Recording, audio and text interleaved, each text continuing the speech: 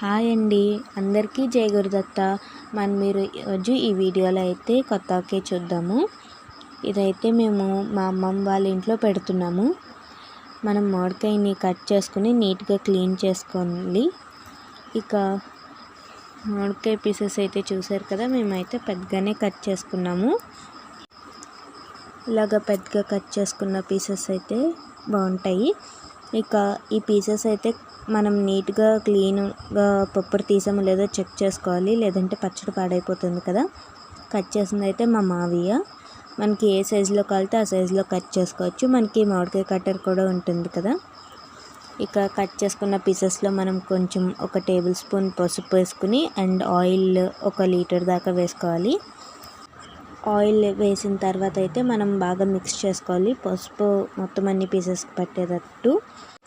మీలో ఎంతమంది ఆవకాయ పచ్చడి పెట్టారో కామెంట్ చేయండి, అలాగే పెట్టలేదు అన్న వాళ్ళు కూడా కామెంట్ చేయండి. ఇదైతే ఆవకాయ సీజన్ కదా, ఇంకా ఆల్మోస్ట్ అందరూ పెట్టేశారని అనుకుంటున్నాము, మేమే లేట్ అనుకుంటా. మనము ఆవు పిండి మెంతిపిండి అన్నీ వేసుకుని అండ్ సాల్ట్ అన్నీ వేసుకుని బాగా మిక్స్ చేసుకోవాలి. ఫస్ట్ వేసుకున్న ఆయిలే సరిపోతుంది యాక్చువల్గా మొత్తం మిక్స్ చేసేయడానికి. తర్వాత మనం కారం అవన్నీ వేసుకుని ఇంకా కొంచెం బాగా మిక్స్ చేసుకుని ఇంకా ఆయిల్ వేసుకుని మిక్స్ చేసుకోవాలి. అంతా మిక్స్ చేసుకున్న తర్వాత అయితే మనము పీసెస్ ఏవి బయటకు లేకుండా అంతా ఆయిల్ లోపలే ఉంచాలి, లేదంటే పీసెస్ పాడైపోతాయి. ఇక నేను ఈరోజు చూసిన ఒక న్యూ ట్రిక్ ఏంటంటే, నాకు ఈరోజు తెలిసింది.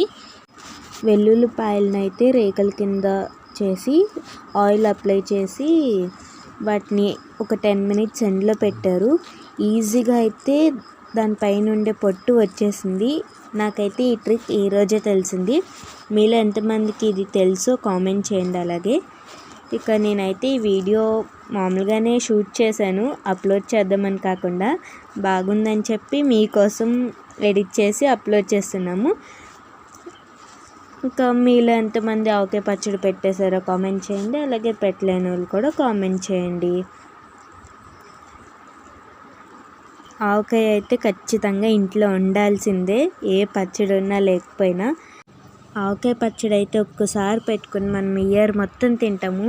ఈ టేస్ట్ అయితే ఏం చేంజ్ కాదు, ఎంత బాగుంటుంది, అన్నిటిలోకి సెట్ అయిపోతుంది. మనకి పప్పు ఆవకాయ నెయ్యి ఉంటే ఎంత బాగుంటుంది, టేస్ట్ సూపర్గా ఉంటుంది కదా. ఇక మా అమ్మమ్మ అయితే కలుపుతుండగానే కమ్మగా స్మెల్ వస్తుంది, అది అప్పుడే తినాలనిపించింది అన్నంలో కలుపుకొని.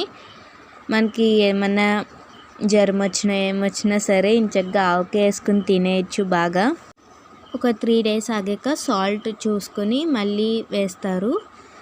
మనకి సాల్ట్ సరిపోకపోతే,